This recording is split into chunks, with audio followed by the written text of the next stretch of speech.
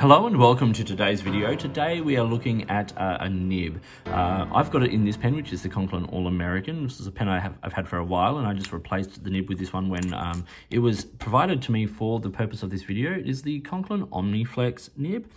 And this is the nib. It's a number 6 nib. It's made by Yovo, and it is their Flex nib. So you can see it's got these like extra little wings cut out there on the sides of the shoulders of the nib, which just allow that extra flexibility when you apply a small amount of pressure. Now, one thing I will say is that these nibs are not the same as vintage flex, and there are brands of nibs that on modern pens that flex more. Some of the Noodlers ones, some of the Fountain Pen Revolution ones, and also things like the nib on the Blue Dew fountain pen, which is very, very flexy, much like a Zebra G nib. These nibs, this is a steel nib. It's just got some flexibility. I would say it's soft, not flex, but it is their OmniFlex nib. It's this is provided by Conklin. I'll put it in this All-American.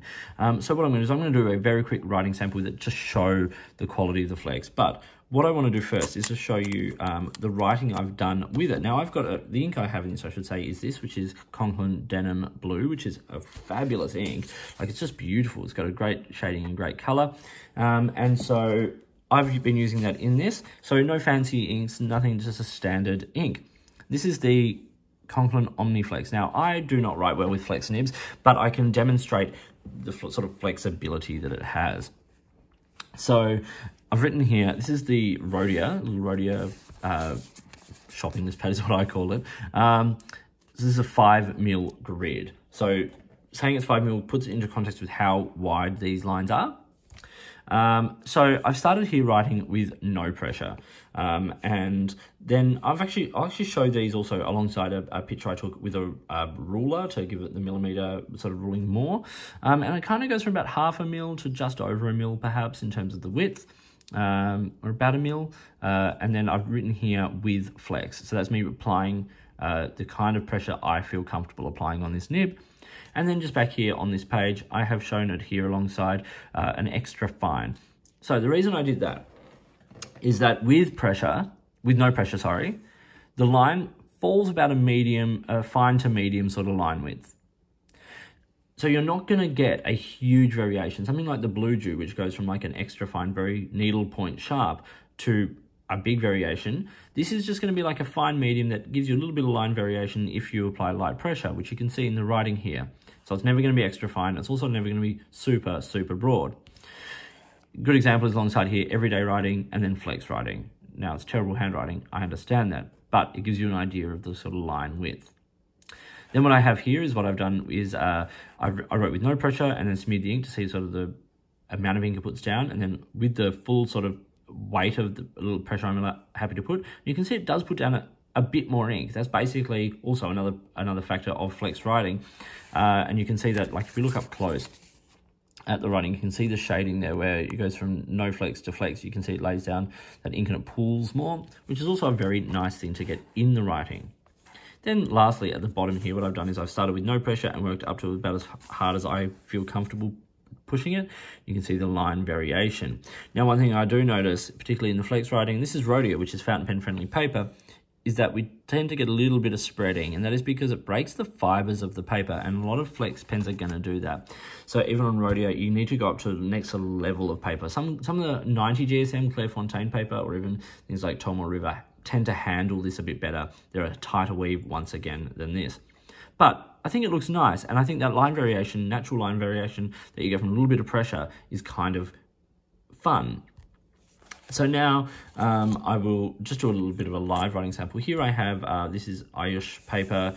Once again, it's just a 5mm dot grid. So, and this is the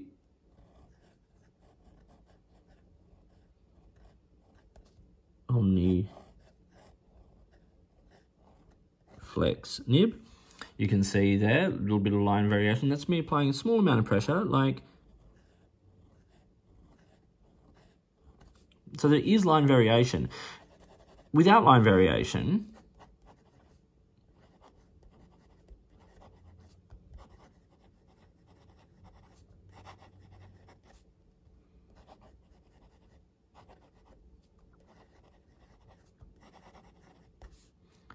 you can see it writes a very nice sort of quite smooth and you know, very actually quite wet writer, really. It's got nice sort of simple straight line. That's with no pressure. That's not going for flex. And then, yeah, as I said, you can, you know,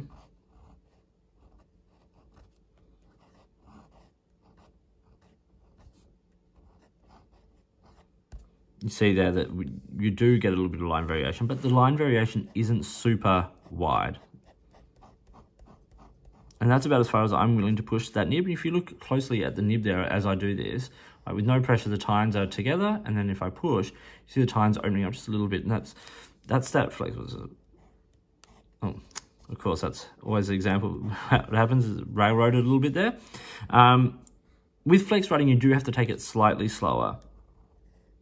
You are needing you know, more ink flow down through the nib. But I just wanted to give the show this nib, show what it would do.